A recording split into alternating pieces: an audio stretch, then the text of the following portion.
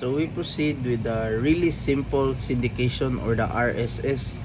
So unsa man ni siya? So it is a web feed format used to distribute and share content such as blog post, news article, or podcast across the internet. So kuan sa ni siya ang kaning RSS kay plays a role in enabling users to stay updated on content from multiple sources without visiting individuals with websites or apps. So how does RSS works in social media? So kuno siya content distribution.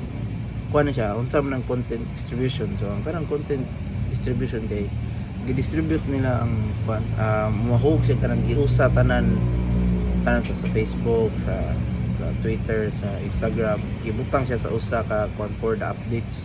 So RSS allows creators to publish updates that are automatically delivered to subscribers.